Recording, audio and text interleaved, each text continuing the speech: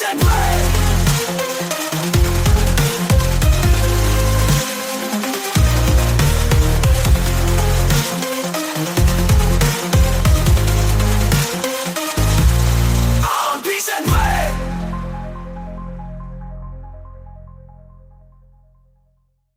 que les gens vont découvrir l'émission de radio, alors plutôt le matin, même s'il y a une rediffusion le soir. Ah ouais, effectivement. Donc si on arrive et qu'on dit bonsoir, effectivement. Bonsoir, alors qu'il est 9h30 du matin. Moi j'aime bien, mais... mais si on dit bonjour en même temps, tu vas me faire chips encore. Ouais, exact. On va essayer en tout cas. Mais ouais, du coup, d'un point de vue professionnel... Bonjour à toutes et à tous, et bienvenue à Un Pixel Près. Je m'appelle Thomas Carnisser, et je suis avec Salomé Neuvière. Bonjour. Bonjour. On est donc ensemble pour une espèce de petit cycle d'épisodes sur l'horreur dans les jeux. Il se trouve que on a pas mal de choses déjà qu'on a abordées, puisqu'on a parlé de pourquoi jouer aux jeux d'horreur, comment ça se fait qu'on en arrive à vouloir justement jouer à des trucs qui nous font peur, n'est-ce pas ? Pourquoi affronter ce qu'on ne voudrait pas affronter dans la réalité ? Exactement. Et c'est vrai que on a parlé aussi du jeu indépendant d'horreur qui est quand même assez balèze à la fois en solo, à la fois en multijoueur. Et on a un truc qui est que à un moment donné, en fait, on a parlé notamment dans Amnesia des monstres qui peuvent nous pourchasser, et on a parlé de mécanique, mais c'est vrai qu'on n'a jamais abordé réellement la partie justement symbolique, un petit peu avec Silent Hill, mais finalement assez peu. C'est-à-dire que quand on parle d'horreur psychologique, en réalité, on va chercher justement une logique, alors soit d'ambiance, soit de choses comme ça, mais que ce soit vis-à-vis du personnage, vis-à-vis de son inconscient, ou vis-à-vis d'un thème plus général. Alors Silent Hill se caractérise justement à ce niveau-là, dans le sens où les monstres qui apparaissent dans chaque épisode sont vraiment des miroirs du protagoniste qu'on incarne. Alors, sauf dans le premier Silent Hill, qui est en fait les monstres ont un lien avec le passé qu'on explore justement dans le jeu, puisqu'on découvre dans le tout premier jeu, l'histoire, comment Silent Hill, qui était pourtant une petite ville toute pittoresque, toute mignonne, comment est-ce que c'est devenu une espèce de ville fantôme à moitié purgatoire. Par contre, à partir du 2, effectivement, on a des monstres qui vont représenter, qui vont parfois même donner un indice sur le protagoniste, notamment par exemple dans le 2 on a cette fameuse figure, donc le Pyramid Head, qui est très très connu, cette espèce de créature avec son casque rouge pyramidal très impressionnant, qui est immortel aussi, qui poursuit sans arrêt James, donc dans le Silent Hill 2. Et c'est vraiment un reflet. Il a un lien très particulier avec James, donc que je laisse les nouveaux joueurs et nouvelles joueuses donc découvrir, bien évidemment. Mais voilà, on en avait un petit peu parlé en dehors des émissions, c'est que mettre Pyramid Head dans les autres Silent Hill, c'est du pur fanservice, dans le sens où si James n'est pas là, il n'y a aucun sens que le Pyramid Head soit là, en fait. Et c'est une continuité qu'il y a dans tous les autres épisodes. Donc c'est vrai que les monstres de Silent Hill, il y a vraiment effectivement un lien spécial avec le protagoniste, et eux ils ont un message personnel. Par contre, effectivement, il y aura pas, comme quelque chose, le vampire ou le loup-garou, il y aura pas un message universel finalement, ou beaucoup plus général. Ouais, c'est vrai que quand on parle de l'horreur, souvent on est sur quelque chose de très palpable. C'est un monstre, c'est un truc très matérialisé finalement. Oui. Là où avec les écrits de Lovecraft, on est sur de l'horreur indicible, souvent innommable, inconcevable, avec toujours une symbolique.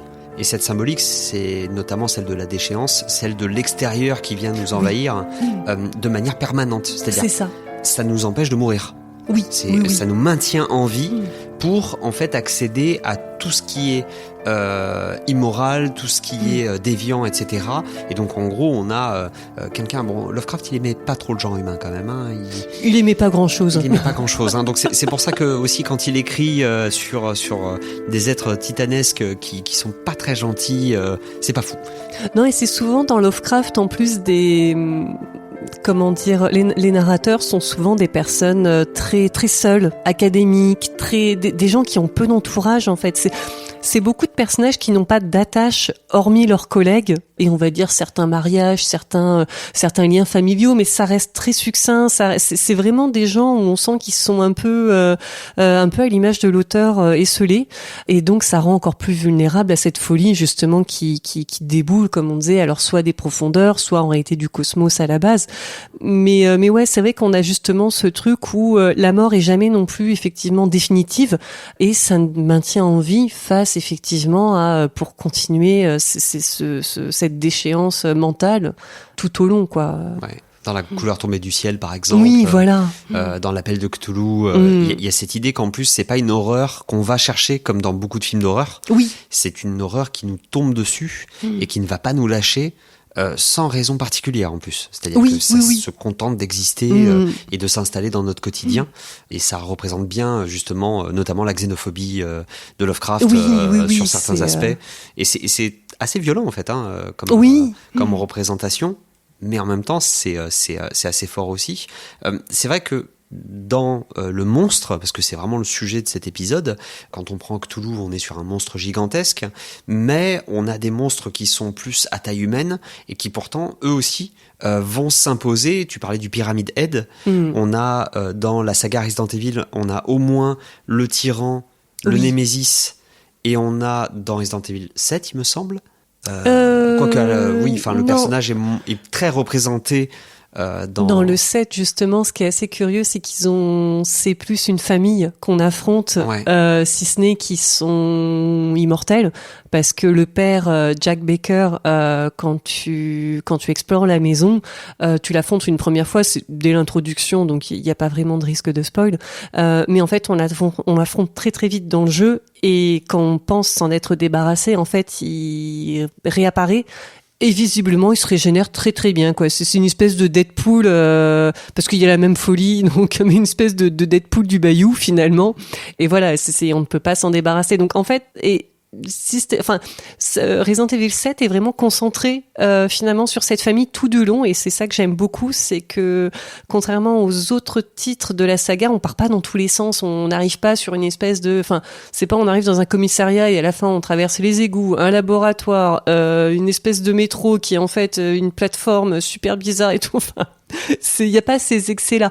Par contre, c'est dans Resident Evil 8 peut-être où tu penses à Lady Dimitrescu qui... je sais pas si la réaction d'Internet était vraiment voulue par les développeurs. Je pense qu'ils savaient. Je pense qu'ils savaient... en fait, c'est toujours pareil avec la représentation. Alors là, c'est un autre épisode sur la représentation de la femme dans les jeux, notamment vis-à-vis de son corps, puisque là, on s'est fait la remarque en live sur Marvel Rivals, la façon dont on représente les héros et héroïnes de comics, où on est sur un seul body type. C'est un body type qui est musclé, qui est très fin, qui a des courbes qui sont très déterminées, que la personne elle soit effectivement une spécialiste du corps à corps, qu'elle soit en réalité juste par la pensée, peu importe. Alors qu'en réalité la spécialité peut influencer sur la morphologie justement du personnage. C'est ça, c'est quelqu'un qui fait beaucoup de bodybuilding va pas du tout être taillé comme quelqu'un qui va faire du tir à l'arc par exemple. Normalement on est censé avoir une diversité en termes de corps en tout cas, et c'est vrai qu'en termes de représentation c'est assez étonnant. C'est toujours aussi étonnant de voir je cite des personnages masculins mais pour montrer Batman qui est aussi musclé qu'un Superman qui en fait a du mal à soulever de la fonte, qui est aussi musclé qu'un Green Lantern dont le pouvoir c'est de convoquer son anneau. C'est-à-dire que Green Lantern lui il force pas avec ses muscles à la base. Voilà. Mais ils sont tous c'est très très étonnant, et c'est vrai qu'en termes de monstres, on va souvent avoir la figure du monstre masculin d'ailleurs. Je pense notamment à Amnesia, où on a Silent Hill 2 comme tu avais. C'est ça. On a notamment, c'était dans Outlast avec l'asile. Oui. Où on va avoir des patients masculins dont certains à cause des manipulations. Alors dans Outlast, parce qu'on est dans une aile masculine, à un moment on explore une aile féminine, où on explique que c'est bien la partie réservée aux femmes, mais c'est vrai qu'il n'y en a aucune. Donc soit elles ont été évacuées, soit elles ont toutes été tuées. Je sais plus si dans le jeu c'est expliqué, mais en tout cas le fait qu'on affronte que des personnes de genre masculin, en fait, c'est expliqué dans le jeu finalement, c'est qu'on est dans l'aile vraiment des hommes, en fait. Ok. Ce qui est plutôt habile, effectivement. Oui. Là où on va avoir un peu plus de diversité dans la population, et pareil en termes de symbolique, on va avoir quelque chose d'extrêmement fort. On est sur les vampires.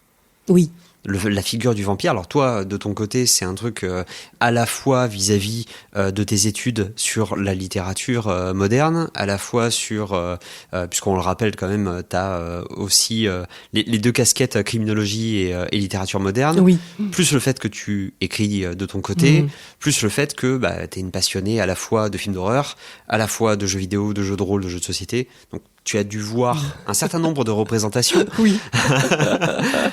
Est-ce que tu peux nous parler un peu du vampire en plus avec Nosferatu qui est sorti il y a pas si longtemps. Oui, de Robert Eggers. Alors c'est très très très vaste puisque en fait ironiquement le vampire est très très représenté au cinéma. On a donc voilà le remake de Nosferatu qui est ressorti. On a le Dracula de Francis Ford Coppola en 92 avec Gary Oldman. On a le fameux Blade. On a donc en plus le vampire se retrouve dans différents genres. Soit on a l'épouvante, soit on a le gore avec, je crois, c'est 30 jours de nuit quand même qui est assez violent. On a aussi dans les comédies avec notamment Vampire en toute intimité ou en version originale What We Do in the Shadows, qui est une espèce de documentaire filmé par des vampires où ils présentent leur vie quotidienne, donc où ils découvrent Internet, ils découvrent donc c'est une espèce de colocation un peu farfelue comme ça qui est d'ailleurs très drôle. Donc le vampire en fait finalement s'insère très bien dans beaucoup de genres au cinéma. Et ironiquement, malgré la popularité de cette figure, on a peu de jeux où le vampire est représenté. On a le fameux Vampire la Mascarade, on a V-Rising, on a Castlevania.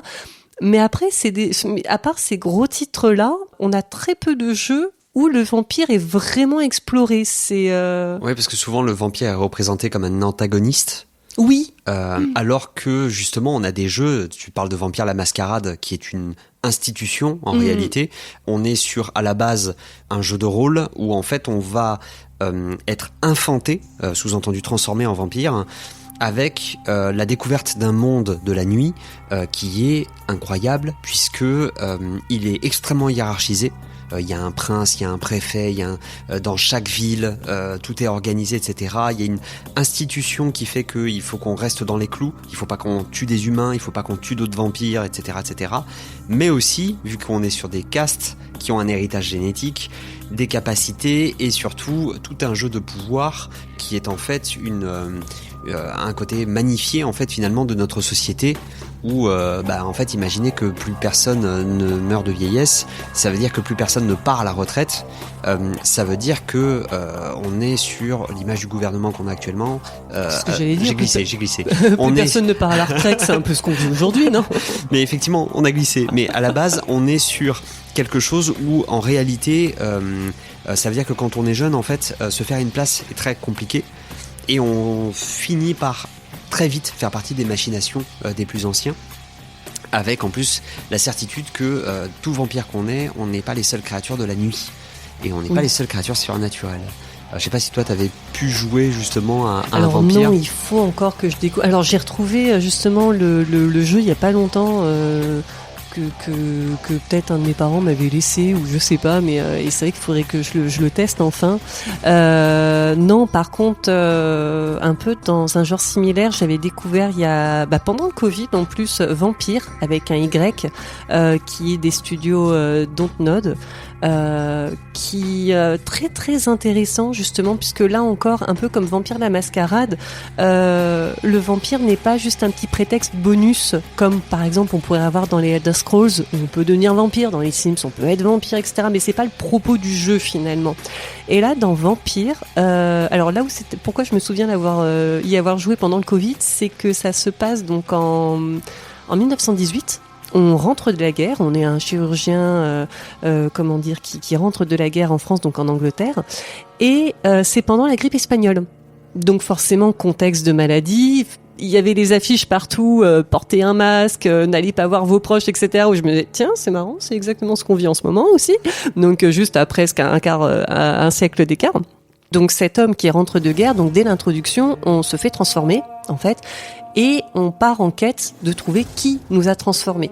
Mais c'est finalement pas vraiment le propos du jeu, dans le sens où lui c'est un médecin, il rentre de la guerre, et il se met en tête de comprendre scientifiquement cette maladie. En fait, en se disant, voilà, le vampirisme, est-ce que c'est pas une maladie finalement du sang? Parce qu'en plus, c'est un spécialiste en hématologie, donc spécialiste des analyses de sang, etc.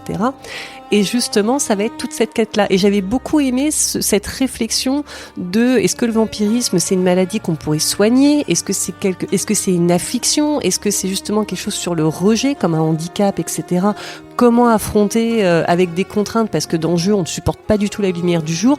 Donc, ça amène vraiment des réflexions très intéressantes, un peu au même titre que Vampire la Mascarade, justement, si ce n'est que Vampire la Mascarade, il y a plus ce côté groupe et société, alors que dans Vampire, on est plus assez seul. On rencontre quelques vampires, mais on retrouve par contre cette hiérarchie, et nous, on essaie justement, tel un scientifique, un peu de s'en écarter pour trouver d'autres réponses. Ouais, un peu comme il y avait un film avec Ethan Hawke qui s'appelait Daybreakers, où la société complète était transformée en vampire. Oui. Et il fallait régulièrement consommer du sang sous peine de devenir une espèce de véritable monstre pour le coup, incontrôlable. Et justement, il y a toute cette idée de pénurie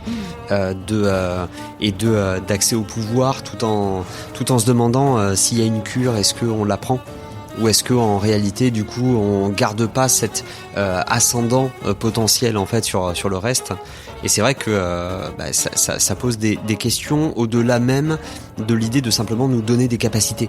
C'est ça. Parce que, comme tu disais dans Skyrim, quand on devient un vampire ou loup-garou, c'est juste un choix de capacité globalement. Oui, finalement, voilà, il y a des contraintes, mais elles sont, si on consomme suffisamment de sang, elles sont relativement mineures. Donc, et c'est là où c'est intéressant en termes de gameplay, justement, ce côté de vampire à vampiriser, à se nourrir et à maintenir ses pouvoirs ou à évoluer au contraire. C'est le cas dans Vampire d'ailleurs avec un Y. C'est que on peut vraiment, dans un gameplay, c'est intéressant à mettre en place. Ça peut changer finalement toute une façon. On gère toujours la santé, parfois la santé mentale dans les jeux d'horreur. Là, on est sur un autre mode de fonctionnement qui peut être super intéressant, et ironiquement que peu de jeux ont essayé d'explorer, de peaufiner et de développer. Oui, c'est vrai que dans là où tu vas, il y a l'idée de notamment Fallout, où on a une idée de sens moral, on a une idée de karma par rapport à nos actions. C'est vrai que quand on joue le monstre, et pas simplement pour faire peur aux autres, mais quand on est dans la capacité justement de nuire aux autres potentiellement, voire même des fois le besoin, parce que les vampires, il y a quand même une idée de il va falloir à un moment donné ou un autre se nourrir de sang. Donc dans Vampire la Mascarade, Bloodlines, qui est incroyable, vous avez la possibilité d'avoir un deal avec un hôpital. Il y a quelqu'un en fait qui bosse à un hôpital qui vous fournit en fait en poche de sang, ce qui fait que vous attaquez personne. Mais si jamais vous êtes trop sur l'utilisation de vos pouvoirs et que vous oubliez en fait de vous nourrir, potentiellement en fait votre personnage va devenir incontrôlable. Vous allez ne plus pouvoir contrôler ce personnage. Il va attaquer l'humain le plus proche, quoi. Donc il y a une idée quand même qui est très très bien faite dans ce thème-là, avec en plus cette thématique de maintenir ce niveau d'humanité en se rendant compte que il y a certains personnages qui vont maintenir ce niveau-là juste en apparence seulement, finalement. Donc c'est assez fort, et des fois on a affaire à des humains qui eux par contre sont encore plus monstrueux. Oui. C'est on retrouve ça dans Vampire, celui qui se passe en 1918, où effectivement il y a plusieurs fins possibles, et selon si on se retient absolument de se nourrir, ou si au contraire on se nourrit trop entre guillemets, et là on arrive sur une toute autre fin, parce qu'effectivement il y a ce côté-là de est-ce que le vampire va rester justement une figure.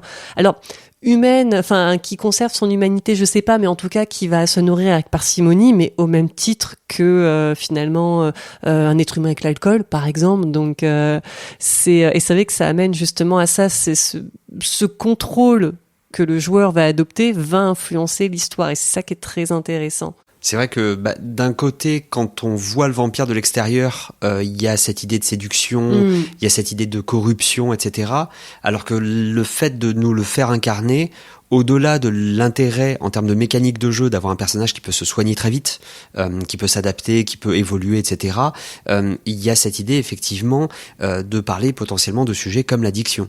C'est ça. Ça peut être extrêmement intéressant de projeter. Ouais. C'est d'ailleurs dans The Witcher, je crois c'était dans le premier, si je me souviens bien, avec Geralt, on peut parler à un garde, et le garde, en fait, donc pour rappel, The Witcher, on incarne un chasseur de monstres qui est mutant, voilà, dans une espèce de monde dark fantasy. Et ce garde qui répond à Geralt dit non, mais de toute façon les monstres, moi je sais, c'est des représentations, etc. Il dit par exemple le vampire, c'est pour représenter l'alcoolisme, la lycanthropie, c'est la colère. Et d'un coup Geralt il s'arrête, il fait et les kikimores. Et l'autre il s'arrête, il fait quoi? Donc comme quoi ils ont pas tous des symboliques, mais on rejoint même dans The Witcher, qui est donc moins horrifique mais très porté forcément sur les monstres. On retrouve un personnage du livre qui s'appelle Régis, en fait, qui est un vampire et pourtant qui était un grand ami de Geralt. Dans les livres et dans les jeux, il le mentionne, c'est que lui-même, donc c'est un vieux vampire, et autrefois, comme il disait c'était des orgies de sang. Enfin, il disait j'étais dans les excès, quoi. Il disait c'est mais comme un être humain qui picole du soir au matin et du matin au soir, enfin voilà. Et il disait et finalement je me suis calmé avec l'âge et maintenant voilà, je ne me nourris qu'en cas extrême de nécessité finalement. Donc et c'est vrai qu'on rejoint cette vision là de l'addiction, de l'excès. Est-ce que aussi ce pouvoir, parce que contrairement à l'alcool et tout ça, le vampire a vraiment ce côté de je suis supérieur aux êtres vivants qui m'entourent, ou est-ce qu'au contraire je vais me mettre à leur niveau? Donc c'est pour ça il y a énormément de messages dans le comportement adopté qui sont intéressants. Et c'est vrai que dans cette idée-là, on a quand même une idée forte à chaque fois quand on joue le monstre, souvent il y a cette logique d'action. Si on peut se transformer en loup-garou, d'un coup on devient une bête, mais avec une idée de puissance physique. C'est ça. Il y a toujours cette idée, comment dire, un peu jouissive de non mais vas-y. De supériorité en fait. C'est ça. Alors que justement, ce que j'ai beaucoup aimé dans Vampire la Mascarade, c'est qu'en fait les humains ne sont que très peu concernés par les histoires vampiriques. Les quelques-uns sont soit politiciens, soit policiers, ou dès qu'il y a un meurtre ou un truc comme ça, on peut croiser un inspecteur qui va nous dire bon les gars, c'est pas vous, j'espère. Ah bah non, bon ok. Mais par contre, ce qui est très très bien fait, c'est qu'effectivement, dès qu'on se retrouve face à une créature surnaturelle, le danger est absolu. C'est-à-dire qu'on n'est pas le seul monstre pour le coup, et le rapport est très fort, et des fois on se retrouve même dans une situation qui est presque les mêmes que ce qu'on pourrait avoir dans Alien, dans Alien Isolation, où en fait le monstre peut être repoussé, mais globalement, donc vous avez des armes, vous avez des trucs, vous pouvez évoluer, etc. Mais vous jouez, alors c'est la nièce de Ripley. Je crois que c'est la nièce de Ripley. Ouais, qui est une Ripley aussi. Oui, mais j'ai oublié son prénom. Et du coup, vous êtes confronté à un xénomorphe. Donc, comme dans le film, globalement, la problématique, c'est que le jeu a été fait pour qu'il puisse s'adapter à ce que vous faites. Donc le xénomorphe va apprendre. Si je vous planquez systématiquement dans les casiers, le xénomorphe en fait va s'en souvenir et au bout d'un moment va aller directement dans les casiers la prochaine fois qu'il va dans une salle. Donc il va falloir varier, sachant que c'est pas la seule problématique. Là aussi, on est sur un monstre qui, dans le cinéma, dans la littérature, va avoir une empreinte très forte, et là aussi une empreinte très masculine. Puisque l'alien est quand même un prototype très particulier de l'agresseur. Le premier film, quand il y a des analyses très intéressantes sur YouTube et tout, et c'est vrai que je n'avais pas fait le rapprochement avant de les voir. Le premier film, c'est une référence au viol, en fait. Et c'est vrai qu'il y avait un détail qui m'avait marqué, que je n'avais jamais remarqué. Dans le tout premier film, le xénomorphe tue d'abord les passagers masculins, donc supprime la concurrence pour devenir le seul mâle alpha, et ensuite il s'attaque justement à Lambert et à Ripley, donc qui sont les 2 seules femmes à bord et tout. C'est donc il y a vraiment effectivement ce côté-là qui est... Alors je sais pas si ça a été vraiment, enfin c'est moins développé dans les autres films. Mais c'est vrai que par contre, je crois que dans Alien Isolation, on peut jouer que la nièce de Ripley et on retrouve un peu cette opposition, un peu, encore une fois, de la Final Girl qu'on a dans beaucoup de films d'horreur, avec justement la femme qui va résister à cette agression, qui est très souvent sexualisée, bien sûr, et justement qui se débarrasse de cette, enfin, où on cherche en tout cas à se débarrasser de cette menace. Ouais, souvent le personnage masculin vis-à-vis du monstre, c'est celui qui doit sauver quelqu'un. On a malheureusement un peu l'énorme cliché de se défaire du monstre pour en fait sauver. Alors dans Resident Evil, notamment le 7, il y a une idée d'aller sauver sa femme. Silent Hill, il y a une idée aussi par rapport à quelqu'un qui nous est lié, mais avec des twists. Ouais, c'est ça, parce que j'ai dit Resident Evil 7, faut aller sauver ta femme, mais crois-moi qu'après l'intro, j'avais plus envie de la sauver. Hein. Vu comment elle est, non. Ouais, elle nous en met un peu plein la tête. Hein. On est un peu d'accord, ça fait mal. Disons que moi, quand tu me coupes une main, je demande tout de suite le divorce, quoi. Enfin, merde à la fin. Oui, c'est alors qu'il va continuer, hein, lui. Il se décourage pas. Hein, c'est magnifique. Mais c'est vrai qu'il faut systématiquement justifier de quelque chose pour aller justement sur ce terrain-là, quoi. C'est le côté conte de fées, justement, qui est.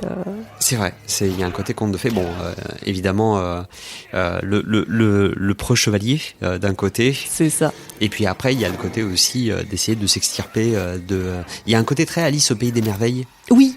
Notamment dans Silent Hill. Oui, carrément. Où en fait, c'est de l'autre côté du miroir, pas de bol. C'est un monde qui est absolument terrifiant. C'est un monde, alors c'est aussi intéressant que tu parles du fait de se faire couper la main, etc. C'est rare les jeux où on devient un monstre. C'est-à-dire, il y a des jeux où on est un monstre, le vampire. Il y a des jeux où on est pourchassé par des monstres comme Resident Evil, mais c'est rare les jeux où en fait on a la nécessité durant le jeu d'accéder en fait à ce statut de monstre soi-même. Oui. Alors j'ai quelques jeux en tête. Malheureusement, ça serait du spoil que d'aborder, parce que c'est surtout que c'est des plot twists un peu qui arrivent à la fin finalement, donc ça me ferait mal au cœur de gâcher le plaisir, surtout que c'est horrible parce que c'est des très bons jeux, je pourrais citer les titres mais en même temps je vous révélerai en même temps le plot twist, donc il n'y aurait aucun intérêt, c'est affreux, mais par contre ouais, ce truc de devenir nécessairement un monstre, effectivement il y en a quelques-uns. Mais sinon, soit c'est déjà plus ou moins le cas, en fait, et c'est le joueur qui va découvrir dans l'histoire en disant ah mince, en fait, c'était nous, le un peu l'ordure, ou alors voilà. Donc on a ce choc justement de se dire. Alors c'est très rigolo de refaire ces jeux-là parce que quand on a un game over, on fait oui, c'est bon, on s'en fout en fait, il l'a mérité, c'est pas grave. Mais par contre, on a effectivement des jeux aussi où tu citais Resident Evil, c'est la peur de devenir le monstre. Resident Evil, concrètement, on meurt pas d'une chute, on meurt pas à cause d'un autre... Alors, très rarement, mais on meurt pas parce qu'un autre être humain nous a tiré dessus. On meurt parce qu'un zombie nous a mordu, et donc ça veut dire qu'on va en devenir un. Je crois qu'il y avait même, il me semble, dans les premiers, des scènes parfois bonus où en fait on pouvait voir Léon et Claire vraiment, ou alors peut-être que c'était du fan-made, je sais pas, mais en tout cas où il y avait, enfin je trouvais ça terrifiant de se dire que on joue un protagoniste, enfin on s'attache à ce personnage. Et en cas de game over, ça suffit pas juste qu'on nous dise ah bah mince alors game over, faut que tu reprennes à ta dernière partie. C'est en plus regarde ce que t'as fait. Regarde ce que t'as fait. Tu l'avais dans Zombie U à l'époque avec Ubisoft, où en fait tu pouvais retrouver ton avatar zombifié, et tu l'as dans Zomboid, dans Project Zomboid, qui est un jeu en vue 3/4 isométrique, et en fait effectivement tu retrouveras le pauvre bougre ou la pauvre bougre qui est transformé, et c'est vrai que là aussi la peur de soi-même en fait faire partie d'eux. Il y a une idée de toujours, on parle des zombies comme critique de société notamment, mais c'est vrai que quand on joue à l'extraordinaire Inside, le monstre en fait c'est pas une seule chose, c'est en fait une perversion de la société. En fait derrière on voit des manipulations génétiques, on voit une société qui essaye de robotiser, de complètement brainwasher tout le monde, et justement ce gamin on le joue pour essayer d'éviter de faire partie de ça, et en fait on se rend compte que la société elle a des sous-sols à n'en plus finir, elle a des espèces de trucs très très forts, et c'est un jeu où on peut pas se défendre non plus. Donc en fait la question c'est est-ce qu'on va réussir à aller jusqu'au bout, est-ce qu'on va réussir à s'échapper de cette ville qui essaye de... Mais on en est à un point où en fait on n'essaye même plus de sauver qui que ce soit, sinon nous-mêmes. Donc c'est assez fort ça aussi. C'est intéressant que tu me parles de celui-là justement, puisque moi alors celui-ci je l'avais pas fait, j'ai juste vu donc des let's play. Par contre tu vois ce côté de je ne veux pas devenir un monstre, et aussi parfois je ne veux pas devenir un adulte, puisque Little Nightmares, on est justement une petite figure enfantine face à un monde d'adultes très terrifiant. Et c'est vrai que j'aime beaucoup ce jeu justement d'incarner un tout petit personnage qui va tenter de survivre qui peuvent être des cauchemars vraiment dans la tête durant le sommeil, ou au contraire, est-ce que c'est bien réel, et ainsi de suite. Donc ça apporte vraiment une opposition intéressante, justement, ce côté. Et ça reprend d'ailleurs, pour en revenir presque à la figure du vampire, au livre Morse, qui avait été adapté donc en film.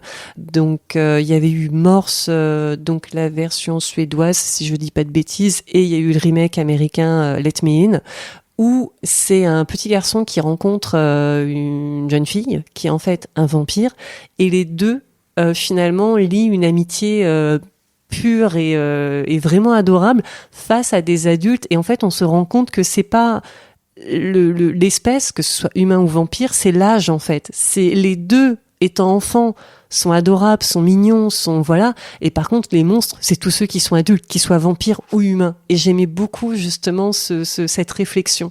Ouais, c'est une réflexion qui est assez forte, et du coup, des fois, c'est l'autre qu'il faut sauver avec la possibilité ou non de... Pareil, on peut pas citer de jeu parce que c'est... Mais la possibilité ou non de les sauver, mais à condition de les transformer en monstres aussi. Oui. Et donc, ça demande un sacrifice terrible.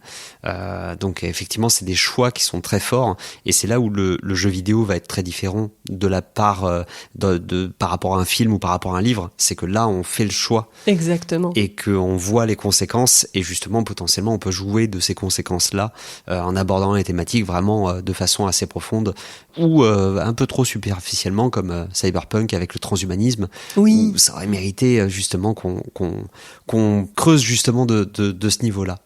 En tout cas, merci beaucoup Salomé. Merci à toi. Pour avoir discuté enfin de monstres. C'est vrai que ça faisait un petit moment que ça trottait dans la tête tout ça.